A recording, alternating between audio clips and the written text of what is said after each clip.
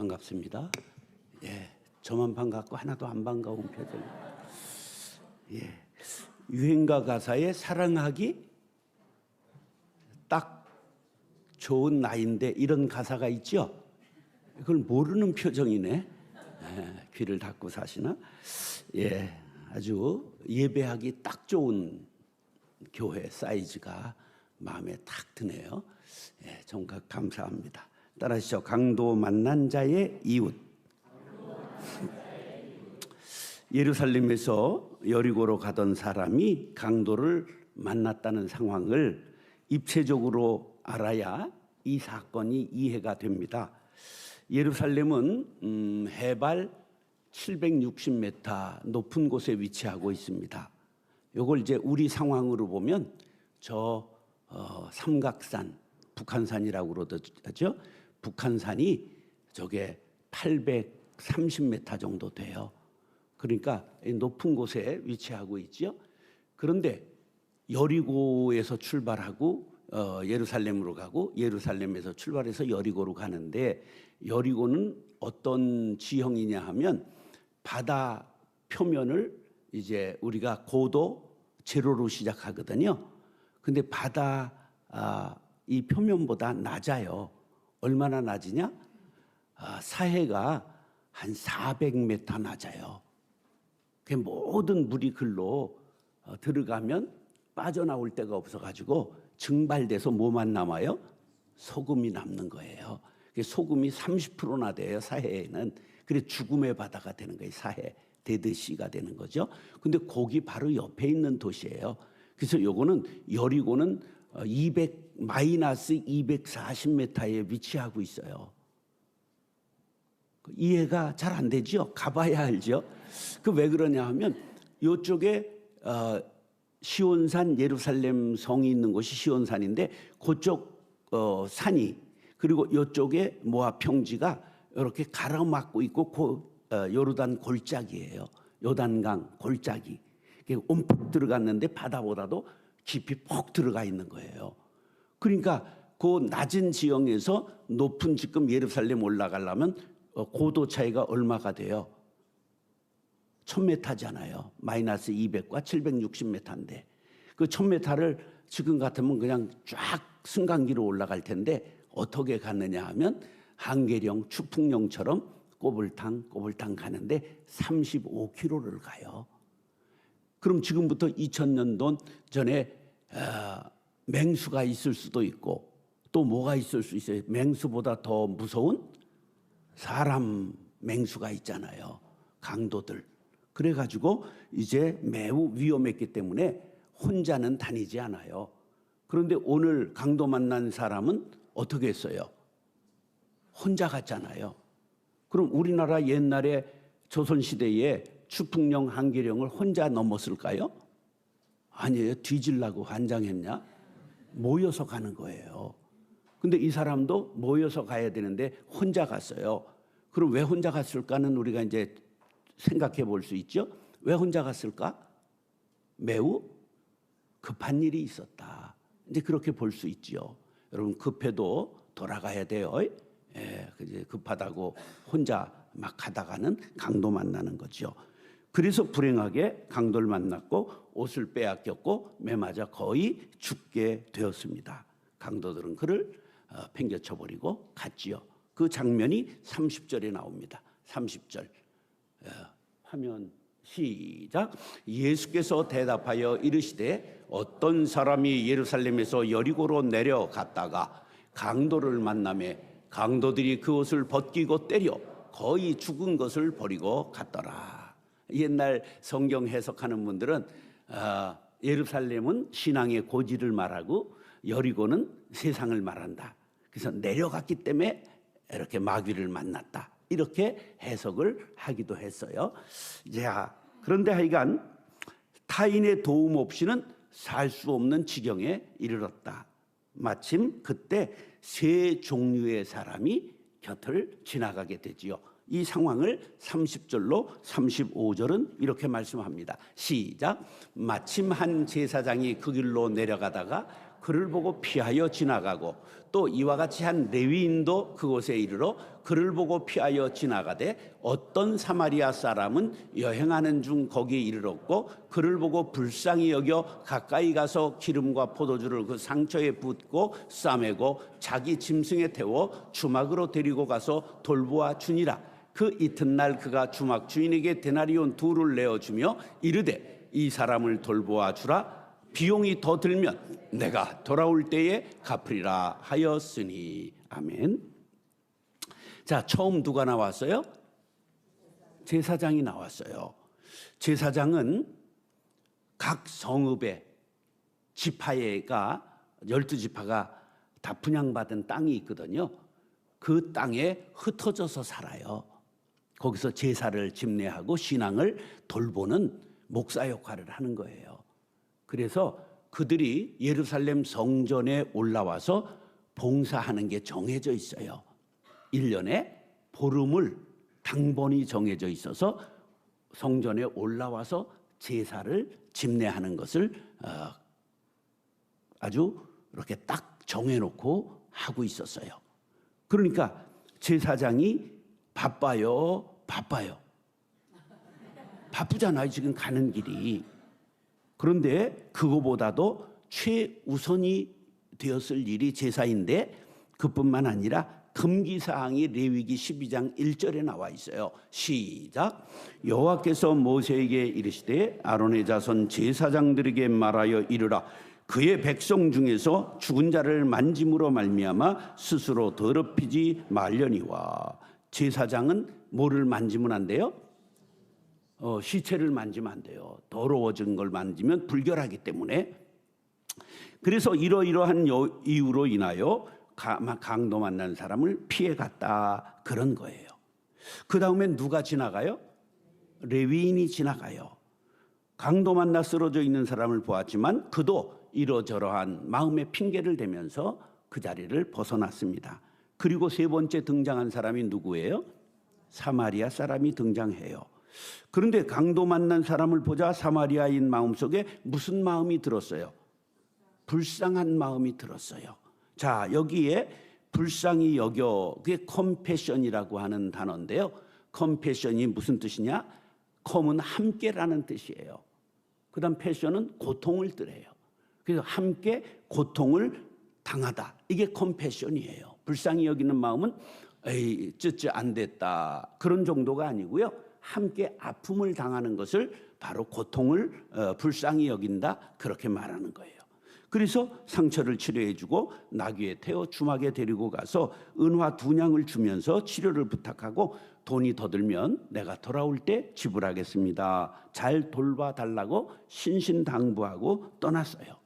사마리아인이 지금 강도 만난 이 유대인의 사촌쯤 될까요? 아니에요. 사마리아인에 대한 여러분들이 아주 이해가 있어야 이 말씀이 은혜가 되는 거예요. 사마리아인은 누구냐 하면 BC 722년 아수르에 의해서 930년 남북이 분열되었는데 분열되어 있던 북왕국 이스라엘이 BC 722년 아수르에 의해서 멸망해요. 그런데 아수르는 이 북이스라엘을 점령한 후에 무슨 정책을 펴느냐 하면 동화 정책을 펴요. 그래서 아수르 사람들을 거기에 심어서 결혼을 시킨 거예요. 그럼 결혼을 다른 이방 족속하고 결혼을 하면 누가 태어나요? 그걸 요새 말로 뭐라 그래요? 혼혈인이라고 말하죠. 우리 어렸을 땐 뭐라고 했느냐 하면 나이 드신 분들은 알 텐데 아이노꼬라고 그랬어요. 권사님 아이노꼬 들어봤어요? 아이노꼬, 눈에 칼라가 들어갔다는 거예요. 일본 말 같아요. 아이노꼬였어요. 그러니까 봄은 알아요. 사람들이 좀 달라요. 그런데 이 사마리아인들이 이제 다시 바벨론이 남왕국을 무너뜨린 후에 바벨론이 망하잖아요. 그런데 페르시아의 왕 하나가 고레스라고 하는 사람이 모든 포로민들은, 그러니까 남유다 왕국을 포로로 잡아갔던 그 느부갓네살의 바벨론은 포로 정책을 썼어요. 동화 정책을 쓴 게 아니라 포로 여러 나라를 데려다가 집단 포로 수용소를 세워놓고 자기 민족끼리 살게 했어요. 그런데 페르시아에 의해서 바벨론이 무너져요. 그럼 지금 포로되어 간 유대인들은 누구의 점령하에 있어요? 페르시아의 점령하에 있어요. 근데 이 페르시아 왕이 누구냐면 고레스예요. 이건 역사에 나오는 유명한 고레스인데, 고레스가 이러는 거예요. 모든 나라 족속들은 자국으로 돌아가 자기의 신을 섬기거라. 해방령을 내린 거예요. 그러니까 이들이 돌아오면서 이 지금 꼬불탕 35km길을 올라가면서 시온산을 올라가는데, 올라가면서 무엇하는 것 같았다고요? 꿈꾸는 것 같았다. 일어날 수 없는 일이 일어난 거예요. 근데 문제는 뭐냐 하면, 이 돌아온 사람들이 성벽을 쌓기도 하고 성전을 짓기도 하잖아요. 그런데 사마리아인들이 우리도 거들겠다. 그러니까 너희같이 피가 더러워진 놈들의 도움은 받지 않겠다. 그리고 절연해 버렸어요. 근데 이게 언제까지 그랬을까? 예수님 당시까지 500년 넘게 그렇게 그들을 차별하고 지냈다. 더러운 사람 취급했어요. 얼마나 더러운 사람 취급을 했느냐? 북부가 어디냐 하면 저 갈릴리예요. 중부가 어디냐 하면 사마리아예요. 남부가 어디냐 하면 유대예요. 그러면 유대에서 갈릴리를 가려면 어딜 지나가야 돼요? 사마리아를 지나가야 돼. 안 지나가요. 더러운 땅이라고. 모압 땅 다른 나라를 돌아서 가요. 갈릴리에서 올 때도 중부 사마리아를 밟지 않고 모압 땅을 돌아서 가요. 근데 예수님이 어디를 거쳐 가셨죠? 사마리아 무슨 성? 수가성의 우물가 여인에게 수작을 거셨잖아요. 예. 이런 것들이 우리가 성경이 입체적으로 이렇게 다 우리에게 여기에 입력되어 있어야 은혜가 되는 거예요. 남들이 가지 않았던 금기의 땅을 누가 가셨다? 금기를 깨셨다, 이런 뜻이에요. 자, 그렇게 더러운 놈인 사마리아인을 왜 예수님이 거명하셨을까? 여기에 포인트가 있는 거예요.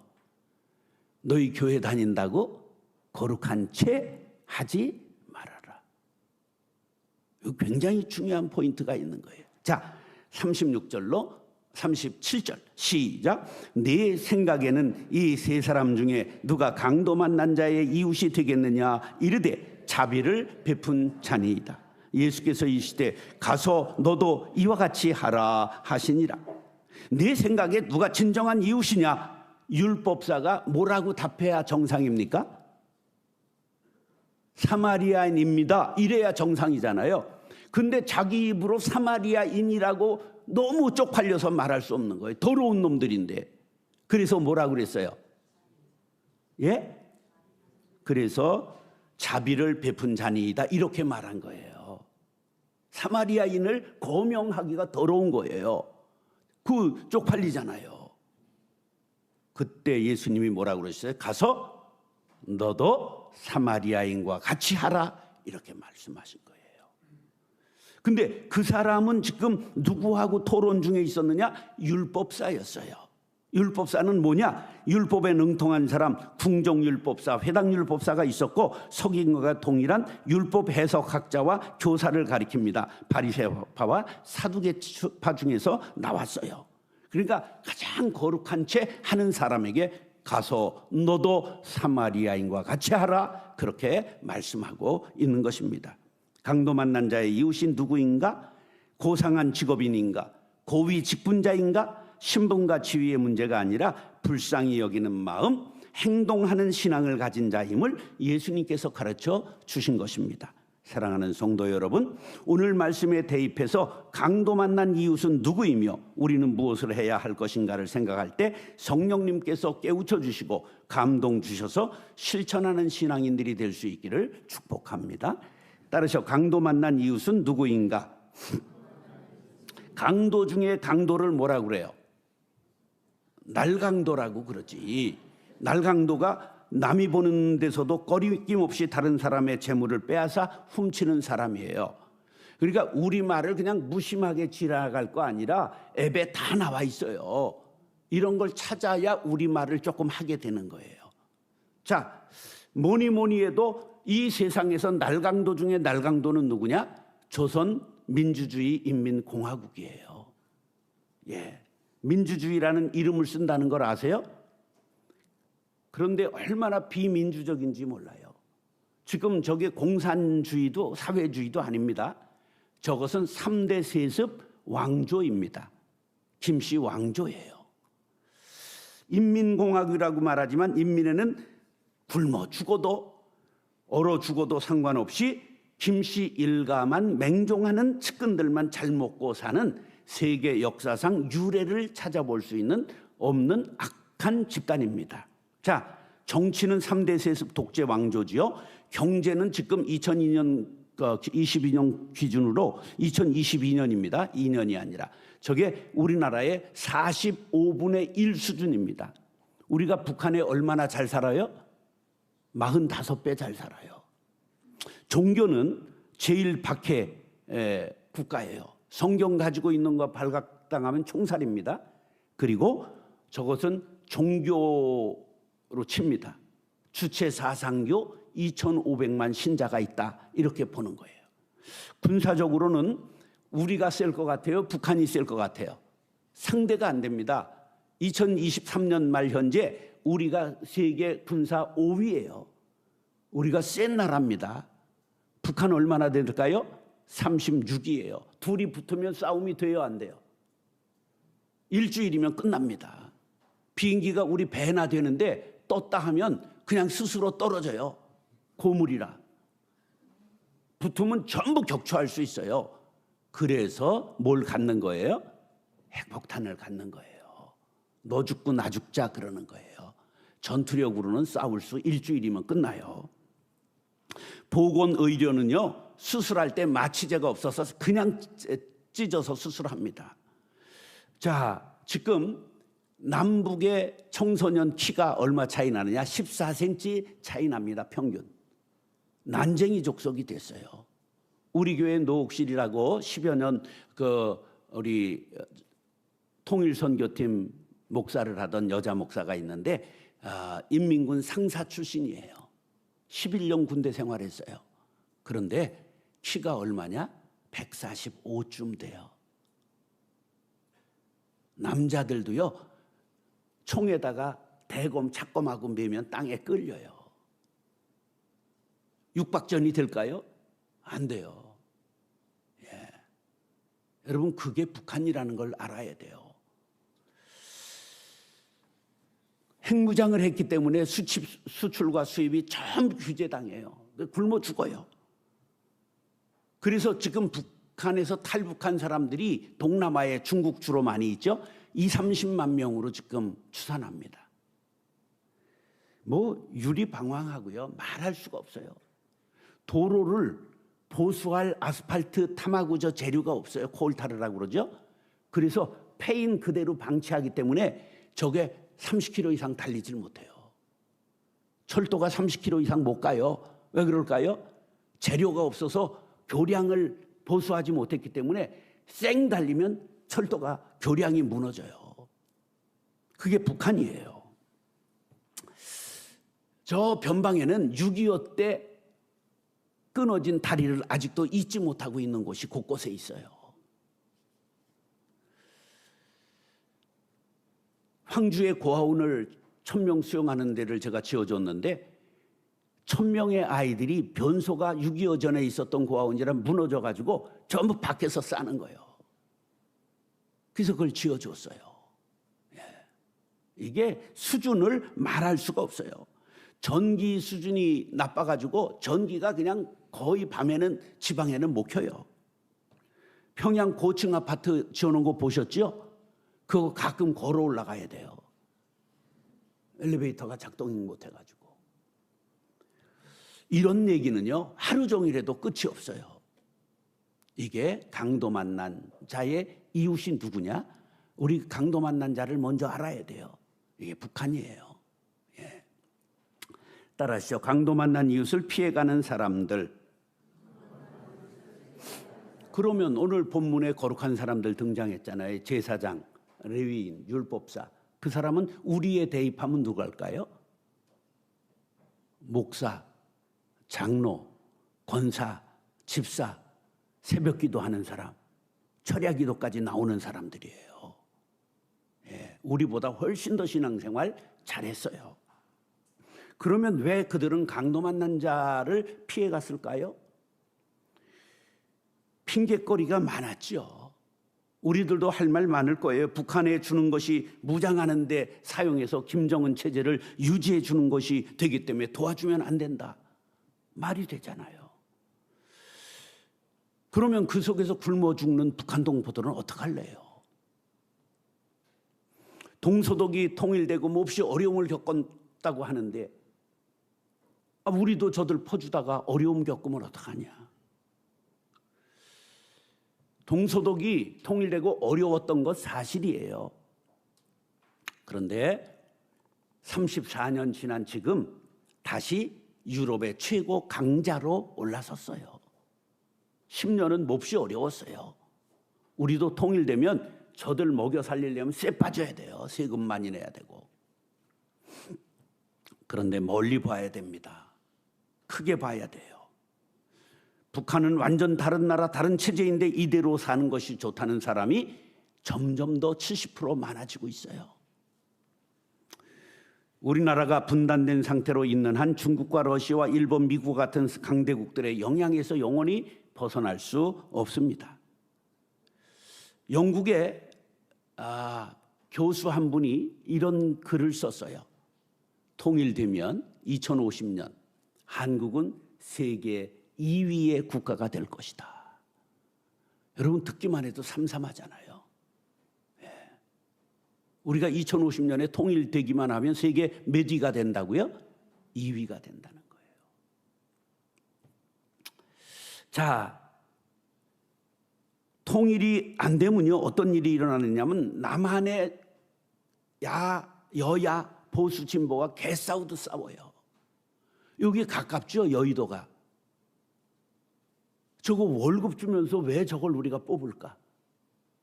거기 셋강이 흐르잖아요. 여의도에 강이 흐르잖아. 그거 왜 강이 있을까? 그거 처박을 하고 있는 거예요. 근데 이 원인을 알아야 돼요. 왜 저렇게 개싸우듯 싸우는 줄 아세요? 북한을 바라보는 관점에 의해서 싸우는 거예요. 좌파는 본래 민족이 최우선 코드예요. 우파는 국가가 최우선의 코드예요. 그래서 좌파는 우리 민족 하나 되어예요. 지금 저들이 적대 국가라고 선포를 했어요. 그리고 막 오물풍선을 떨어뜨려요. 그래도 가만히 있어야 된다는 거예요. 덮어주어야 된다는 거예요. 이게 좌파예요. 왜? 우리 민족 하나 되어니까. 그런데 우파는 어떤 정신을 갖고 있다고요? 우리 국가 안보가 최우선이다. 그러면 강대 강으로 그러면 전쟁하자는 것이냐? 그리고 좌파는 얘기를 해요. 양쪽이 다 틀린 소리도 아니고 다 맞는 소리도 아니에요. 둘이 한 소리가 되어야 돼요. 그런데 통일되지 않고는 영원히 남남 갈등을 치료할 수가 없어요. 이걸 갈등 비용이라고 말해요. 갈등 비용이 한 해에 얼마 드느냐?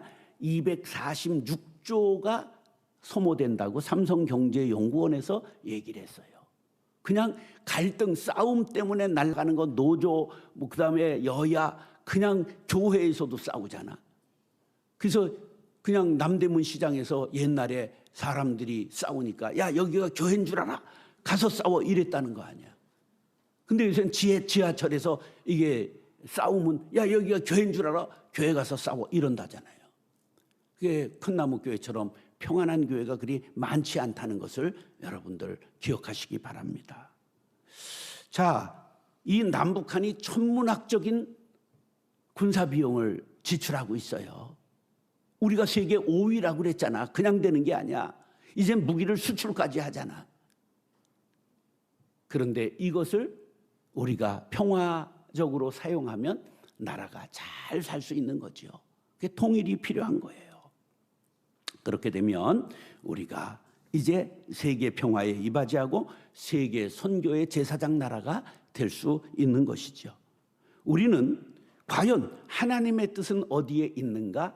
이것을 물을 수 있어야 합니다. 자, 생략하고, 자, 그러면 세 번째로 따르셔 성경에서 길을 찾아야 합니다. 예, 자, 성경에서 길을 찾아야 되는데 그것은 어떻게 찾아야 되느냐? 자, 이것을 생각해 보세요. 아까 남과 북이 930년에 분열됐다고 그랬잖아요. 근데 먼저 누가 망하느냐 하면 북이스라엘이 BC 722년에 멸망해요. 그런데 에스겔 37장은 하나님이 언제 이들에게 계시를 하셨느냐 하면 에스겔에게 남왕국 유다가 멸망하던 해에 계시가 임한 거예요. 그러니까 요게 시차가 얼마나 있느냐? 930년 멸망했을 때부터 586년까지 344년이 됐어요. 이스라엘이 북은 이미 멸망해 있고 남왕국이 586년에 멸망할 때 에스겔에게 하나님이 계시를 해 주셨단 말이에요. 근데 그게 지금 둘이 갈라진 지 몇 년 됐다고요? 344년이 됐어요. 그런데 너희들은 하나가 되어야 한다는 것이 하나님의 말씀이에요. 그걸 오늘 에스겔서 37장을 가지고 이제 세 번째를 하나님의 뜻을 찾으려고 그래요. 자, 따라서 나는 하나 되는 것을 원한다. 하나님께서는 뭐 되는 걸 원한다고요? 하나 되는 것을 원한다. 자, 16절 읽겠습니다. 이건 에스겔 37장의 16절입니다. 자, 16절 인자야 시작. 인자야 너는 막대기 하나를 가져다가 그 위에 유다와 그 짝 이스라엘 자손이라 쓰고 또 다른 막대기 하나를 가지고 그 위에 에브라임의 막대기 곧 요셉과 그 짝 이스라엘 온 족속이라고 쓰고 17절 그 막대기들을 서로 합하여 하나가 되게 하라. 내 손에서 둘이 하나가 되리라. 19절 맨 끝에 내 손에서 시작. 내 손에서 둘이 하나가 되리라. 자, 막대기 둘은 유다 막대기 이스라엘 막대기입니다. 근데 거기에다가 17절에 보니까 둘이 하나가 되리라. 18절에 보면 이것이 무슨 뜻인지 우리에게 말하지 아니하겠느냐 묻는 사람들이 있다면 하나님께서는 둘이 하나가 되는 것을 원한다고 말하라. 통일을 하나님은 원하신다고 말해라. 하나님의 소원은 남북이 통일되는 것이라는 것을 여러분 꼭 기억하시기 바랍니다. 우리는 분단된 지 얼마 됐어요? 79년. 저쪽은 분단된 지 얼마 됐어요? 344년 됐을 때 하나 되라는 거예요. 우린 몇 년 됐다고요? 79년. 쉽잖아요, 우리가. 자, 그래서 하나님의 소원이라면 우리들도 우리의 소원도 통일이 되어야 한다는 것을 마음에 깊이 새기시기를 바랍니다. 자, 두 번째 따라서 내가 기도하면 내가 통일을 선물로 주겠노라. 자, 이 17절 보세요. 17절. 자, 저기 보면 네 손에서 시작. 네 손에서 둘이 하나가 되리라. 19절 보세요. 밑에 내 손에서 시작. 내 손에서 하나가 되리라. 자, 보세요. 발음을 잘해야 돼요. 따라서 네 손. 내 손. 내는 밀어야 돼요. 내 손. 끌어당겨야 돼요. 내 손. 자, 내 손은 뭐냐면 우리들의 손이에요. 우리의 손으로 통일을 위해 수고하면 내 손은 누구냐면 하나님의 손이에요. 하나님이 통일을 선물로 주신다. 그런 뜻이에요. 자, 우리가 통일을 위해 수고하면 따라서요. 우리가 통일을 위해 수고하면 땀을 흘리면 기도하면 통일의 노래를 부르면 그러면 하나님께서 선물로 통일을 주십니다. 저게 그 말씀이에요. 내 손, 내 손. 꼭 기억하시기 바랍니다. 쉽잖아요. 내 손, 내 손. 그래서 기도의 손을 모으고 오늘 여러분들 통일되면 세울 교회를 여기 놓고 기도하네요. 돈도 모아야 됩니다. 헌금하셔야 됩니다. 그리고 우리가 통일을 위해 마음의 장벽을 허물어야 합니다. 통일을 위해 기도하리라 다짐하시는 분은 아멘. 통일을 위해 헌금하리라 다짐하시면 아멘. 통일을 위해 장벽을 허물리라 다짐하시면 아멘. 이 장벽은 부부의 가정에 있는 장벽, 교회 안에 있는 장벽, 세상 안에 존재하는 여와야 보수와 진보, 이런 남한 북한을 적으로 보는 장벽, 이런 것을 허물어야 된다, 그러한 말씀이에요. 자, 셋째, 따라서 하나님은 복음 통일을 원하십니다. 통일은 통일인데 무슨 통일을 원하신다? 적과 통일이 아니라 복음으로 통일되는 걸 원하신다. 그게 성경에 어디 나와 있느냐? 그것이 여기에 분명하게 나와 있어요. 22절 시작. 그 땅 이스라엘 모든 산에서 그들이 한 나라를 이루어서 한 임금이 모두 다스리게 하리니 그들이 다시는 두 민족이 되지 아니하며 두 나라로 나누지 아니할지라. 23절 시작. 그들이 그 우상들과 가증한 물건과 그 모든 죄악으로 더 이상 자신들을 더럽히지 아니하리라. 내가 그들을 그 범죄한 모든 처소에서 구원하여 정결하게 한즉 그들은 내 백성이 되고 나는 그들의 하나님이 되리라. 24절 시작. 내 종 다윗이 그들의 왕이 되리니. 누가 왕이 된다고요? 다윗은 누구의 후손이에요? 예수님은 누구의 후손이에요? 다윗의 후손이에요. 바로 예수가 다스리는 나라, 복음이 다스리는 나라가 될 것이다, 그런 예언을 하고 있는 거예요. 우리가 적과 통일하면 안 되죠. 예, 우리가 전쟁으로 통일하면 안 됩니다. 왜 우리가 이렇게 통일이 어려우냐? 150만 명의 피가 흘렀어요. 6.25 때. 상위 군인은 300만이 나왔어요. 500만 명이 죽거나 다쳤어요. 그러니까 이 원한이 쉽게 풀어지지 않는 거예요. 그러니까 전쟁으로 안 돼요. 우리가 붉은 통일하면 안 돼요. 성경에 얘기를 하잖아요. 너희들이 한 하나님을 섬길 것이다. 한 왕을 섬길 것이다. 바로 예수를 섬기는 나라, 복음을 믿고 통일하는 나라 되었으면 얼마나 좋겠어요. 27절 28절 시작. 내가 처소가 그들 가운데 있을 것이며 나는 그들의 하나님이 되고 그들은 내 백성이 되리라. 내 성소가 영원토록 그들 가운데 있으리니 내가 이스라엘을 거룩하게 하는 여호와인 줄을 열곡이 알리라 하셨다 하라. 할렐루야. 우리 모두가 통일을 위해 기도하고 통일을 위해 노래하고 통일을 준비하는 통일의 마중물이 될 수 있기를 축복합니다. 자, 결론입니다. 따라서 통일하면 마른 뼈가 살아나 군대를 이루게 됩니다. 자, 이 말씀은 아무도 이걸 해석해 이렇게 한 사람이 없어요. 이건 제가 처음 해석하는 거예요. 제가 통일을 위해 한 25년 일하다 보니까 이 성경 말씀이 보이기 시작했어요. 통일에 대해서 보이기 시작했어요. 에스겔 37장은요, 사람들이 뭐로 알고 있느냐면 에스겔의 마른 뼈 환상의 장으로 알고 있어요. 근데 이 마른 뼈 환상을 왜 보여주셨느냐? 통일 왕국을 이루면 이렇게 되리라 하는 환상이에요. 근데 이걸 연결시킨 사람이 세계에 한 명도 없었다는 얘기예요. 근데 통일을 위해 설교하고 통일을 위해 기도하다가 이게 제 눈에 보인 거예요. 자, 통일을 하면 어떤 일이 일어나느냐? 7절 시작. 이에 내가 명령을 따라 태어나니 태어날 때의 소리가 나고 움직이며 이 뼈 저 뼈가 들어맞아 뼈들이 서로 연결되더라. 내가 또 보니 그 뼈에 심줄이 생기고 살이 오르며 그 위에 가죽이 덮이나 그 속에 생기는 없더라. 또 내게 이르시되 인자야, 너는 생기를 향하여 태어나라. 생기에게 태어나여 이르기를 주 여호와께서 이같이 말씀하시기를 생기야 사방에서부터 와서 이 죽음을 당한 자에게 불어서 살아나게 하라 하셨다 하라. 이에 내가 그 명령대로 태어나였더니 생기가 그들에게 들어가며 그들이 곧 살아나서 일어나 서는데 극히 큰 군대더라. 또 내게 이르시되 인자야, 이 뼈들은 이스라엘 온 족속이라. 그들이 이르기를 우리의 뼈들이 말랐고 우리의 소망이 없어졌으니 우리는 다 멸절되었다 하느니라. 아니다라는 거예요. 이 12절 시작. 그러므로 너는 태어나여 그들에게 이르기를 주 여호와께서 이같이 말씀하시기를 내 백성들아 내가 너희 무덤을 열고 너희로 거기에서 나오게 하고 이스라엘 땅으로 들어가게 하리라. 내 백성들아 내가 너희 무덤을 열고 너희로 거기에서 나오게 한즉 너희는 내가 여호와인 줄 알리라. 내가 또 내 영을 너희 속에 두어 너희가 살아나게 하고 내가 또 너희를 너희 고국 땅에 두리니 나 여호와가 이 일을 말하고 이른 줄을 너희가 알리라. 여호와의 말씀이니라.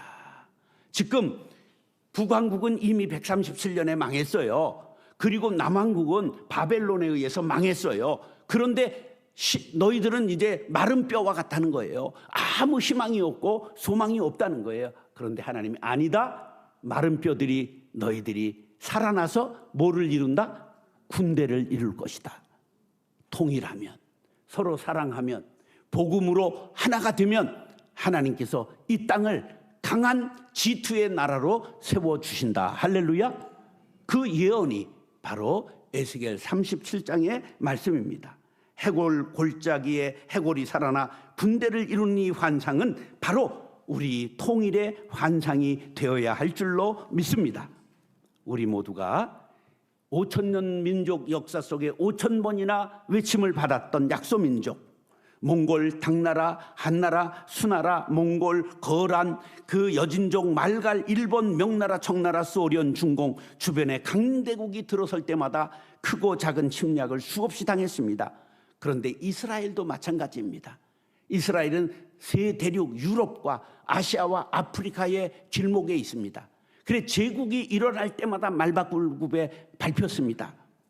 우리나라는 지정학적으로 대양과 대륙과 해양의 세력이 교차하는 길목입니다. 자, 성경에 말씀합니다. 소망이 없다고 말하지 말아라. 우리는 시체와 같다고 말하지 말아라. 마른 뼈와 같다고 말하지 말아라. 너희가 하나가 되고 통일을 이루기만 하면 너희들은 강국이 될 것이다. 영국의 파르도 교수가 세우에서 고래로 2차 전쟁에서 케이팝까지의 한국이라는 글에서 한 말입니다. 2050년 통일되면 한국은 G2가 될 것이다. 사랑하는 형제 자매 여러분, 통일은 꿈이 아닙니다. 꿈을 계속 꾸면 하나님이 받으시고 현실을 만들어 주실 것입니다. 우리의 소원은 통일을 노래할 때 하나님이 받으시고 우리 세대에 피 흘림 없는 복음 통일을 이 땅에 선물로 주실 것입니다. 강도 만난 자의 이웃이 누구입니까? 세계에서 가장 굶주리고 핍박받고 살아가는 북한 동포 아니겠습니까? 그들을 외면하고 지나간 제사장 레위인은 혹시 하나님의 뜻을 깨닫지 못한 북한 동포들, 아니 남한 동포들 우리들이 아닐까요? 오늘 말씀을 통해 깨닫고 은혜 받으셨다면 통일을 위해 노래하십시오. 통일을 위해 기도하십시오. 통일을 위해 헌신하십시오. 이제부터 강도 만난 북한 동포의 이웃이 되겠습니다. 기도로 분단의 사슬을 끊겠습니다.